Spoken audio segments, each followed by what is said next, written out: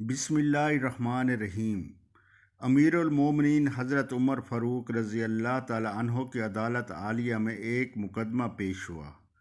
وہ خوبصورت نوجوان ایک نوجوان کو پکڑ کر حاضر ہوا اور فرمایا کہ اے امیر المومنین، اس نوجوان نے ہمارے بوڑھے باپ کو قتل کر دیا ہے، اس ظالم قاتل سے ہمارا حق دلوا دیجیے۔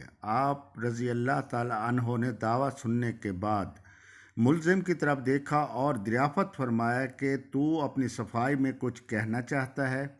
ملزم نے عرض کی، ہاں امیر المومنین، یہ جرم واقعہ مجھ سے صادر ہوا ہے۔ میں نے زور سے ایک پتھر اسے مارا تھا جس سے وہ ہلاک ہو گیا تھا۔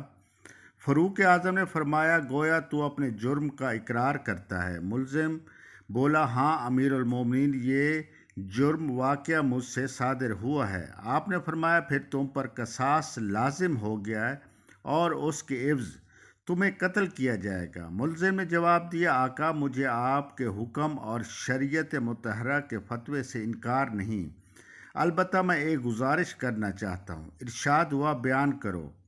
عرض کی، 3 دن کی مہلت چاہتا ہوں، 3 دن بعد حاضر خدمت ہو جاؤں گا۔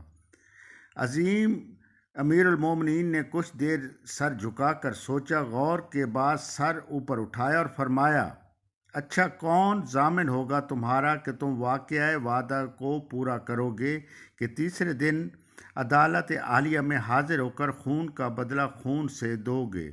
عمر فاروق کے اس ارشاد کے بعد اس نوجوان نے پر امید نظروں سے حاضرین مجلس کا جائزے کے بعد حضرت ابو ذر غفاری کے پر نور چہرے پر نگاہیں گاڑتے ہوئے ارشاد کیا کہ یہ میری ضمانت دیں گے۔ امیر المومنین نے ان سے دریافت فرمایا تو اس نے کہا، بے شک میں ضمانت دیتا ہوں کہ نوجوان 3 دن بعد تکمیل قصاص کے لیے عدالت میں حاضر ہو جائے گا۔ اس ضمانت کے بعد ملزم کو چھوڑ دیا گیا۔ 2 دن گزر گیا اور تیسرا دن آ گیا۔ جلیل القدر صحابہ اور مشیران خلافت دربار میں جمع ہوئے۔ دونوں مدعی بھی آ گئے، حضرت ابو ذر غفاری بھی آ گئے اور ملزم کا بے قراری سے انتظار ہونے لگا۔ جوں جوں وقت گزرتا جا رہا تھا، صحابہ کرام کا اضطراب بڑھتا جا رہا تھا، کیونکہ ملزم ابھی تک نہیں پہنچا تھا اور وقت قریب آ رہا تھا۔ صحابہ ابو ذر غفاری کی نسبت پریشانی کے عالم میں ایک دوسرے کی طرف دیکھ رہے تھے، مگر انہوں نے ہر مرتبہ یہ جواب دیا کہ اگر 3 یوم گزر گئے اور ملزم نہ آیا تو میں اپنی ضمانت پوری کروں گا، پریشانی کی کوئی بات نہیں۔ جب حاضرین پریشانی کی انتہا کو پہنچی اور دل دہلا دینے والے انجام کے تصور سے وہ سب سہم گئے تھے، اچانک ایک طرف سے ملزم دربار میں حاضر ہوا۔ اس کا جسم پسینے سے شرابور تھا، چہرے پر گرد جمی ہوئی تھی، مسلسل بھاگنے سے اس کی سانس پھولی ہوئی تھی۔ اس نے آتے ہی سلام کیا اور عرض کیا کہ اللہ تعالیٰ کا جو حکم ہے میں بجا لایا ہوں۔ امانت کی سپردگی کے لیے میں کہیں گیا تھا۔ ملزم نے بتایا کہ میں ایک امانت دار ہوں اور امانت دینے کے سپرد کرنے گیا تھا۔